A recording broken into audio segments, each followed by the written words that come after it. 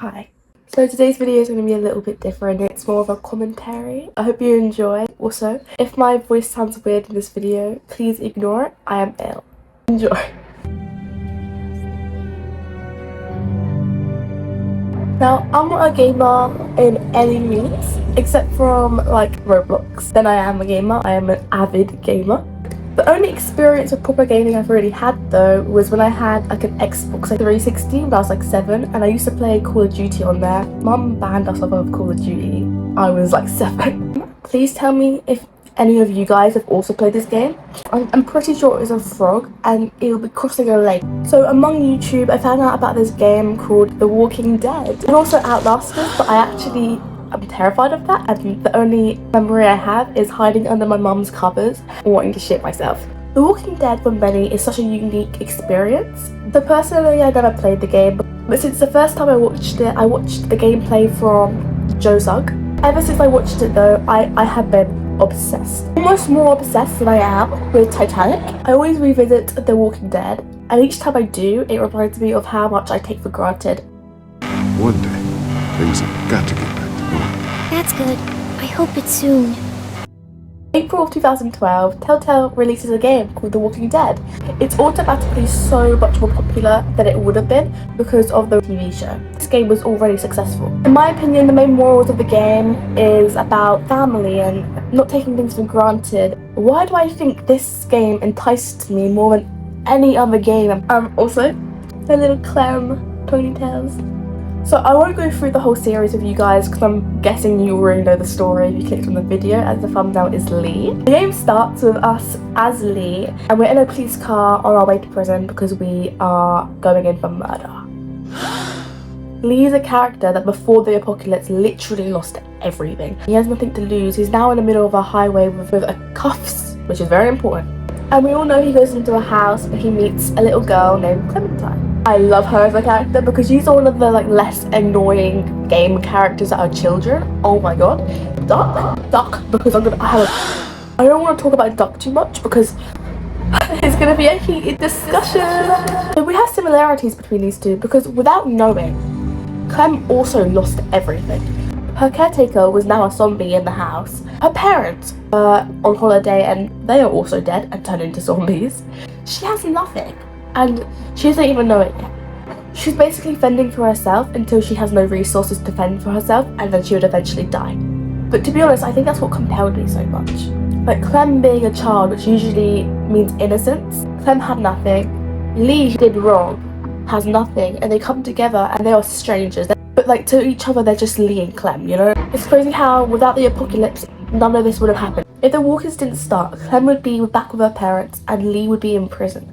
So in a lot of ways, Lee literally was saved by the apocalypse because it led him to Clem.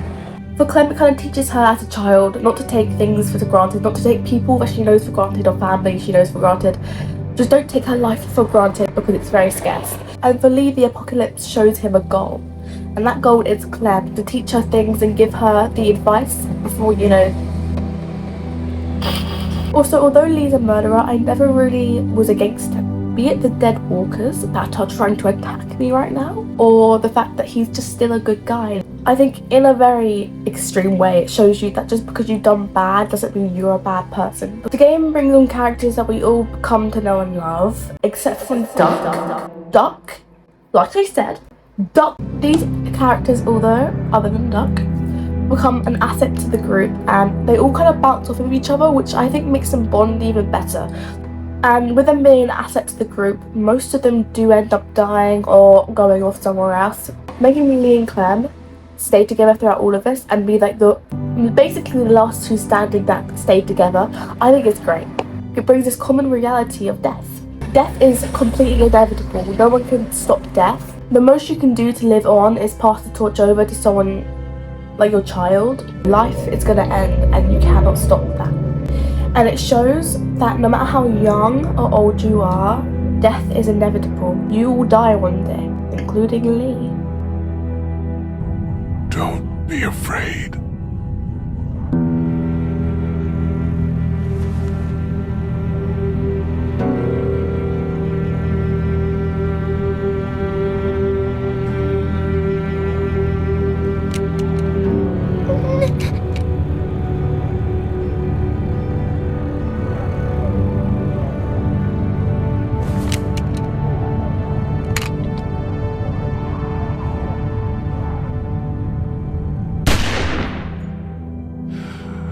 I'm going to have to find tissues because when I tell you, every single time I have cried, like, I'm not ever gonna get over it. Lee ends exactly where he starts, in cuffs. At the end of the game, he gets bitten and eventually dies. Whether you shoot him, whether you cut off his arm, despite any choice you make in the game, he dies. His death is inevitable. Now, I have seen people complain about the fact that the choices don't really change the story. And to that, I've always kind of thought, you know, your choices decide who Lee is and decides if he's a good guy or a bad guy. At the end of the day, Lee's just Lee. No matter what, Ben dies. It doesn't matter what choice you make. Let's say you did drop Ben, that shows that you're not willing to give people a second chance, for example. Like, really thinking about it, Lee isn't a hero in the story. He isn't a hero, he's just a guy. He's not a god or a saint, he's literally just a guy who's gonna go to prison and got lucky. I think to us, we kind of look at him more in Clem's shoes, of him being this hero, being this idyllic man who is so nice to everyone. I think that's the way we see Lee. But at the end of the day, he's just a normal person who obviously doesn't know how to go through a fucking apocalypse. I just want to explain my viewpoint a little bit further because I don't think I explained it right in the video. My point was that Lee isn't anything special. He's just a normal guy. Like, he's an average guy, you know? For example, you deciding what you ate today doesn't change your parents' story or doesn't change the outcome of someone else's day. Just because Lee chose to save Ben doesn't mean that Ben won't die. Just because he does the right thing doesn't mean the right things happen. He can't depict anyone's future. He's just a normal guy who's trying to get through the apocalypse, and his outcome is just like so many others where people die. Shit happens and people die. But Lee's just a man. He can't change the outcome of everyone's story, including his. I think Lee's death hit especially hard for me, as he was the main character in the game. I will get on to how I don't think that's actually true, but he's the main character of the game, guys. But in a way, yes, he is the main character. And being a main character, you don't really expect them to die. You just enjoy the time we have with them. Clem sees Lee, and Clem sees him as his hero, but he's not, and he does end up dying. He has this new thing in his life, which is the apocalypse, and then he chooses to bring on something so huge like a human being, and bring her up to be this strong girl. But like all things, they have to come to an end. This ending made me cry so much. I think another reason why I cried is because of how much is the shock to Clem though. Like, imagine being so young. She's like, I don't know, like fucking 8? But she's young. Imagine being that young, being put in a world full of literal monsters, like dead people who are walking.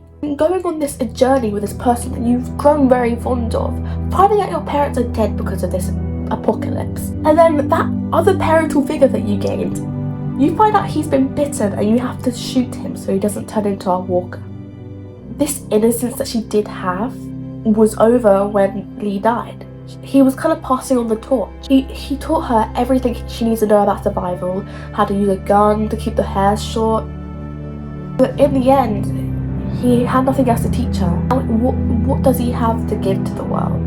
Again, like, I think this is a common ground that the game has with us in reality, that we do take people for granted. This relationship wouldn't have happened without the apocalypse, and they went through an apocalypse and still loved each other. You know, we do take it all for granted. I have food.